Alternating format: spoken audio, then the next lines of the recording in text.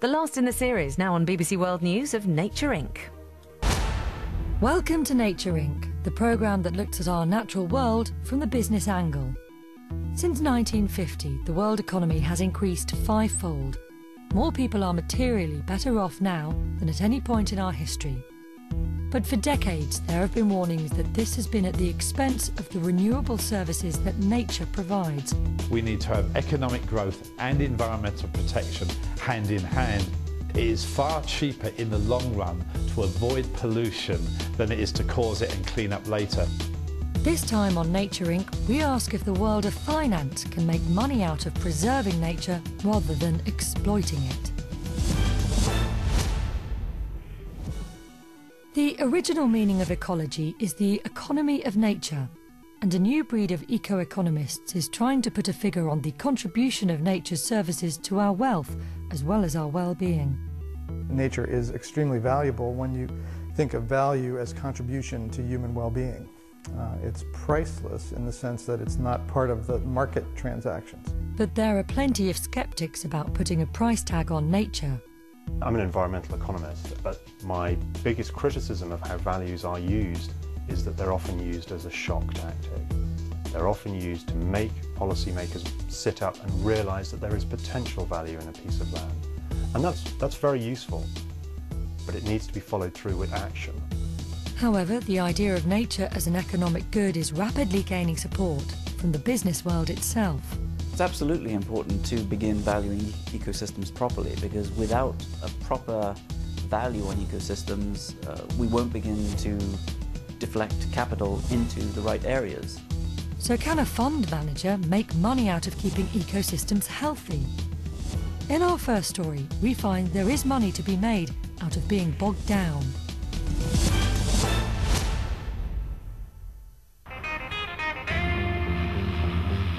The construction of a new highway is tearing up the landscape in North Carolina, USA.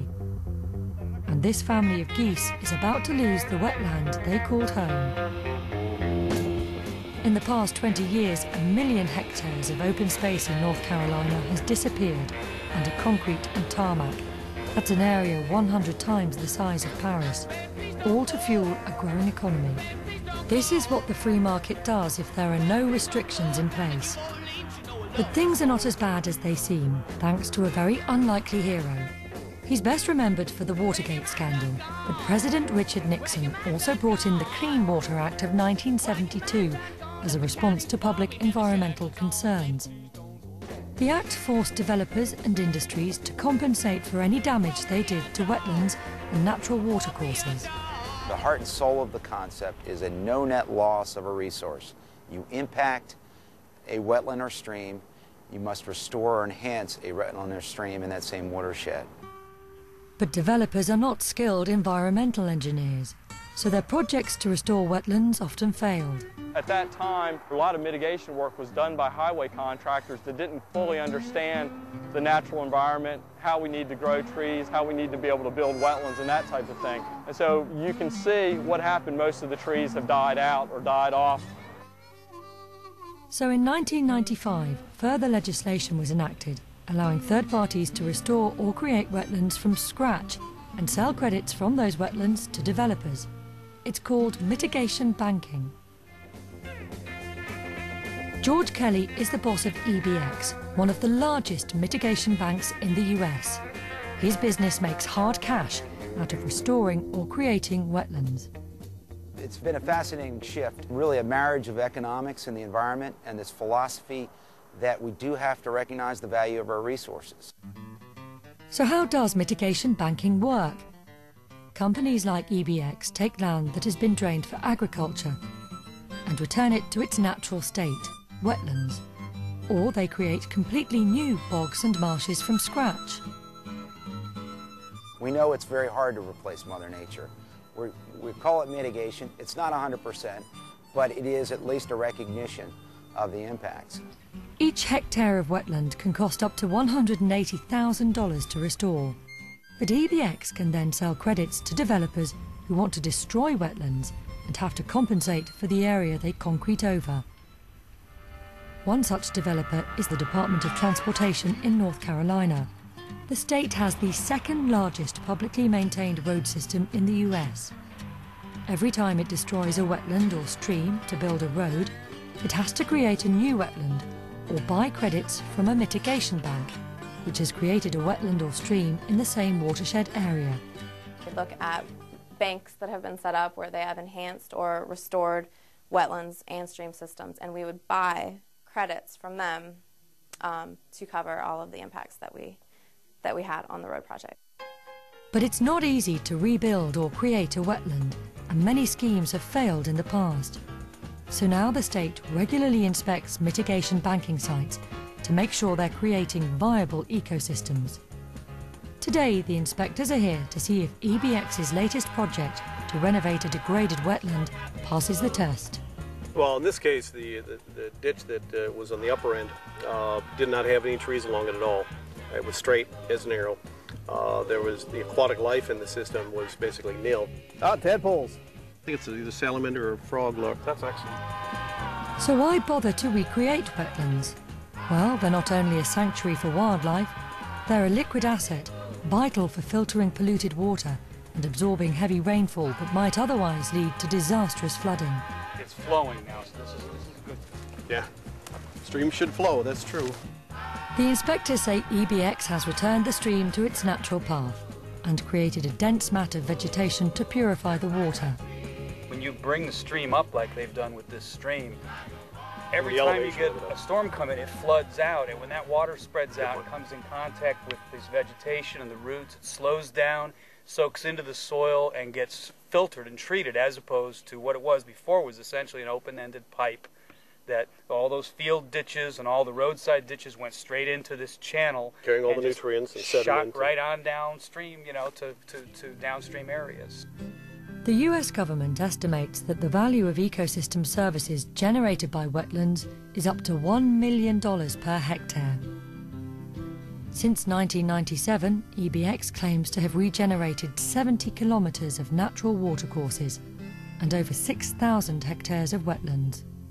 It's taken 100 years or so for the U.S. these kind of areas to get this messed up in terms of water quality, in terms of the ditching and agricultural runoff and urban runoff and that kind of thing. And it's not going to be fixed overnight. Hopefully it won't take hundreds of years to fix it. It'll definitely take decades, though. The new wetlands passed the test, and now EBX can make money by selling credits for its efforts. Each hectare of this site is worth up to $175,000. The future for the business looks promising. And statistics from the North Carolina state government show that mitigation has stopped the net loss of wetlands. But it's only restoring 60% of the waterways destroyed by development. We'll never restore the environment to the way it was before human intervention. That really is not a practical goal, but we can identify some of the most valuable resources, set those aside and protect those, and establish some restoration tools to keep those valuable for the future generations.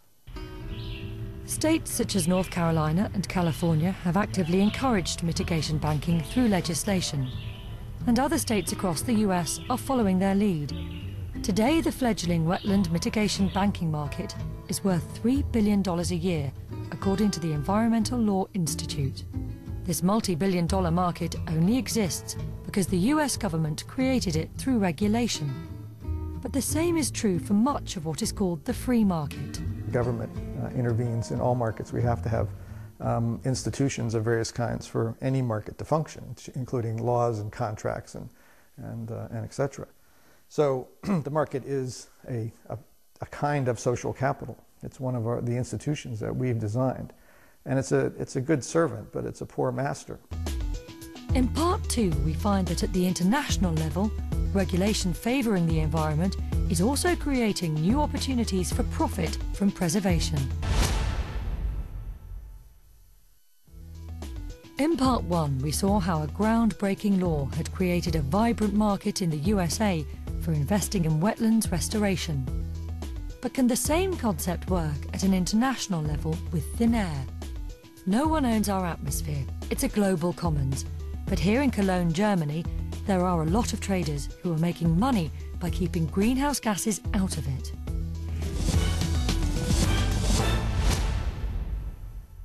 Make sure you don't see all the champagne bottles and everything.